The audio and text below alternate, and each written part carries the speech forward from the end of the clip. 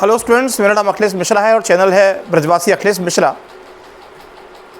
Chapter चल रहा है electric charge and field. This is the 4th lecture. देखिए, what is electric field?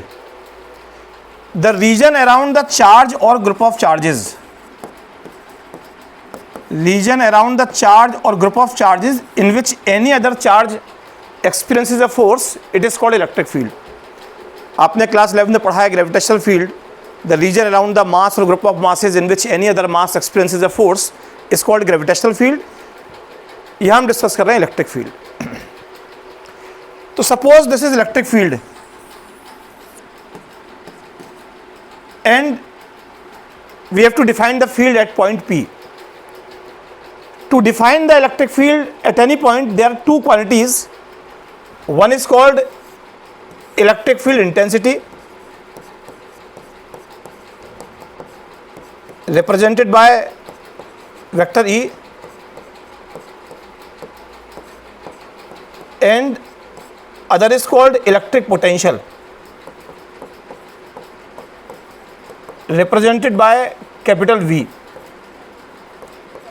These both quantities define the existence of electric field at any point, but difference is that capital E is a vector quantity while V is a scalar quantity.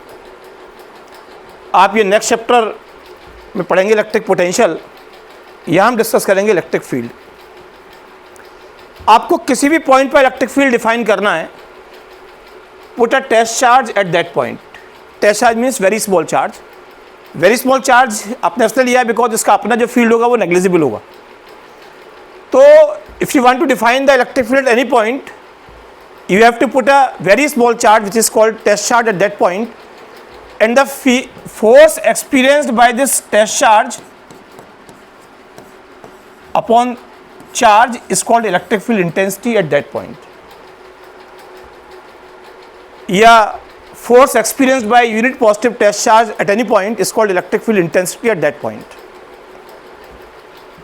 Unit is Newton per coulomb and dimensional formula is for force this is mLT minus 2 and for charge it is AT. So dimensional formula is mLT minus 3 A minus 1. Another unit of electric field intensity is volt per meter. We will discuss it in next chapter. यहाँ से force का एक और formula आ गया, F is equal to q naught e. वो charge into वहां का इलेक्ट्रिक फील्ड। देखिए, यदि दो पॉइंट चार्ज दिए हैं then we will apply Coulomb's law, F is equal to k Q1 Q2 upon R square. यदि आपको एक चार्ज दिया है और उस पॉइंट पर फील्ड दिया है और फोर्स पूछा है उस चार्ज पर, then we will apply F is equal to q naught e या क्यू ई। तो ये फॉर्मूला आपके बहुत काम आएगा।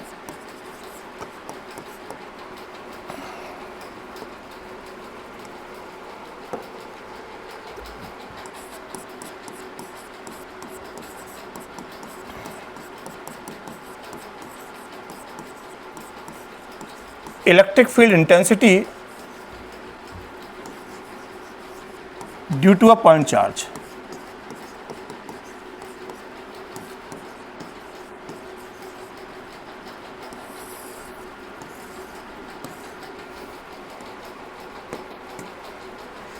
सपोज ये कोई चार्ज दिया है, इसके आसपास क्या प्रोड्यूस होगा?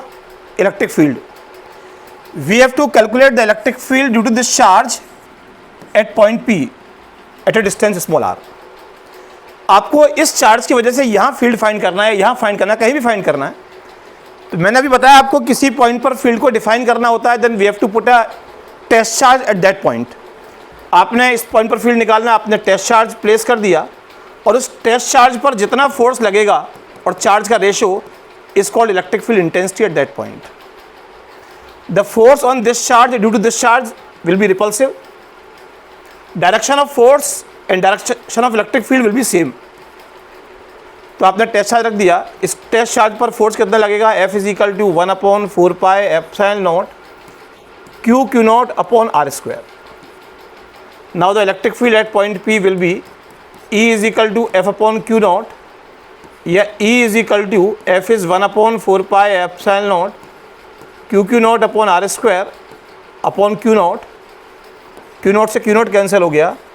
The electric field will be 1 upon 4 pi epsilon not Q upon are square. In vector form this is E is equal to 1 upon 4 pi epsilon not Q upon are square cap R. और cap R हमने बताया था आपको, cap R is equal to क्या होता है, vector R upon R. Now the formula becomes E is equal to 1 upon 4 pi epsilon not Q upon are square vector R upon are.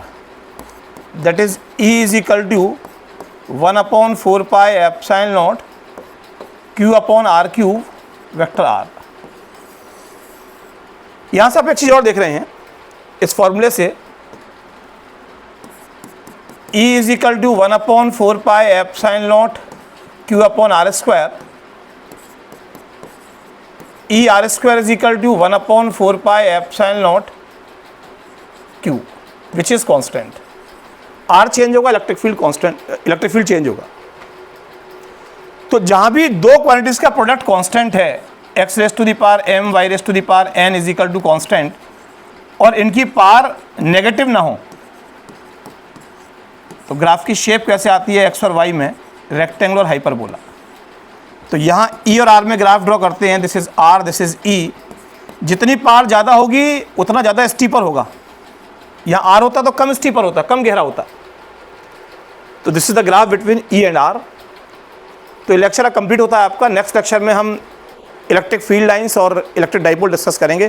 Thank you very much.